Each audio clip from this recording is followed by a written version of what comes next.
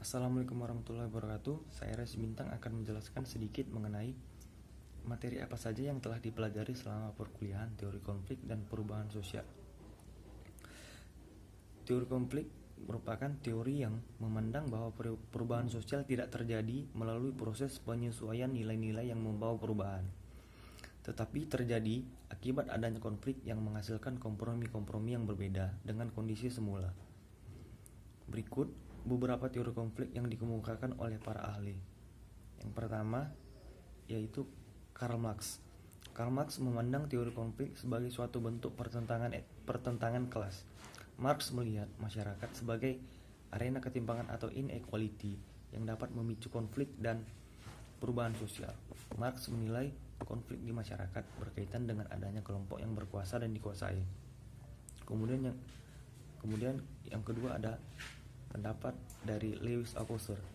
Lewis menilai konflik memiliki fungsi positif jika bisa dikelola dan diekspresikan sewajarnya. Lewis memandang konflik tidak selalu memiliki sifat negatif. Konflik juga dapat mempererat hubungan antar individu dalam suatu kelompok. Berikut macam-macam dari konflik. Yang pertama yaitu konflik agama, yang kedua konflik etnis, dan yang ketiga konflik negara dan masyarakat. Poin berikutnya yaitu tahapan konflik yang dikemukakan oleh Simon Fisher. Simon Fisher memaparkan tahapan konflik terdiri dari 5 tahap, yaitu yang pertama tahap prakonflik. Pada tahap ini terdapat suatu ketidaksesuaian sasaran di antara dua pihak, sehingga timbullah konflik. Konflik tersembunyi dari pandangan umum, walaupun satu pihak mungkin mengetahui potensi terjadinya konfrontasi. Kemudian yang kedua ada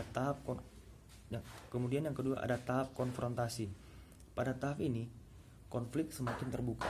Kadang pertikaian ataupun kekerasan pada tingkat rendah lainnya terjadi pada tahap ini. Kemudian yang ketiga tahap krisis.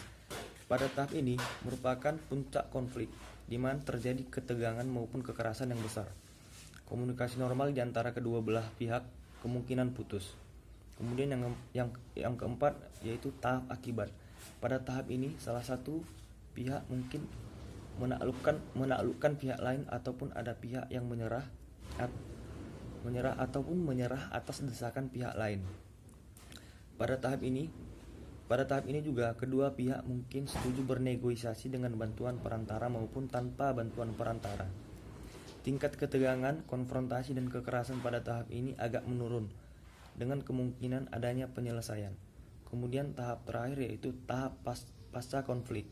Pada tahap ini, situasi diselesaikan dengan cara mengakhiri berbagai konfrontasi, kekerasan, ketegangan berkurang dan hubungan mengarah ke lebih normal di antara kedua belah pihak.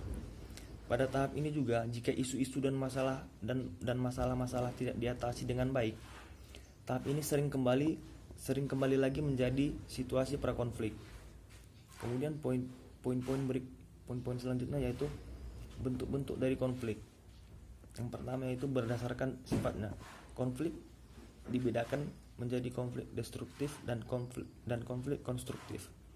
Konflik destruktif merupakan konflik yang muncul karena adanya perasaan tidak senang, rasa benci dan dendam dari seorang ataupun kelompok terhadap pihak lain. Adapun konflik konstruktif merupakan konflik yang bersifat fungsional. Konflik ini muncul karena adanya perbedaan pendapat dari kelompok-kelompok dalam menghadapi suatu permasalahan. Kemudian konflik berdasarkan posisi pelakunya yang berkonflik dibedakan menjadi 3 bagian. Yang pertama, konflik vertikal merupakan konflik antar komponen masyarakat di dalam satu struktur yang memiliki hierarki. Kemudian konflik horizontal merupakan konflik yang terjadi antara individu atau kelompok yang memiliki kedudukan yang relatif sama.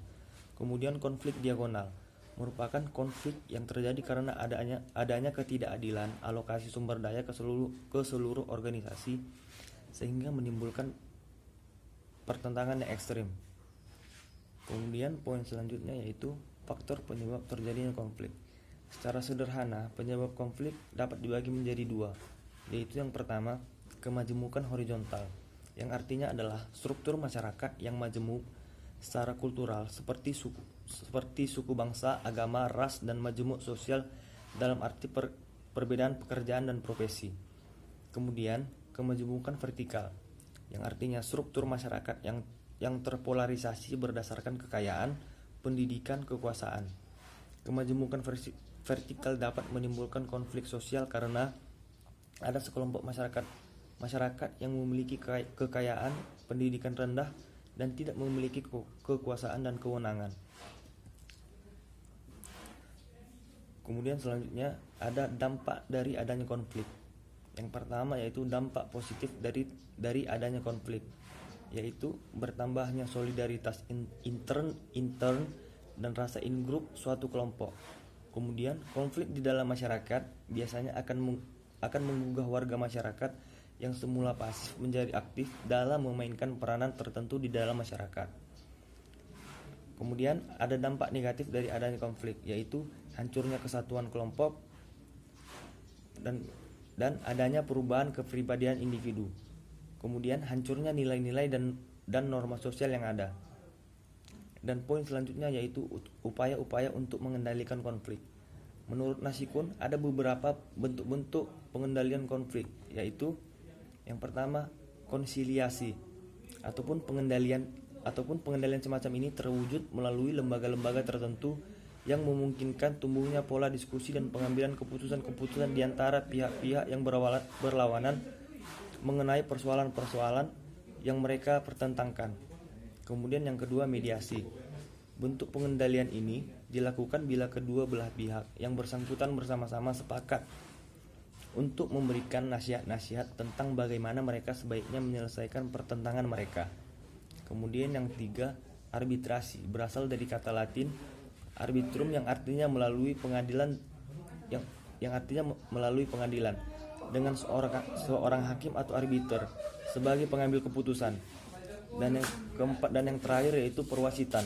Dalam hal ini, kedua belah pihak yang bertentangan bersepakat untuk memberikan keputusan-keputusan untuk menyelesaikan konflik yang terjadi di antara mereka.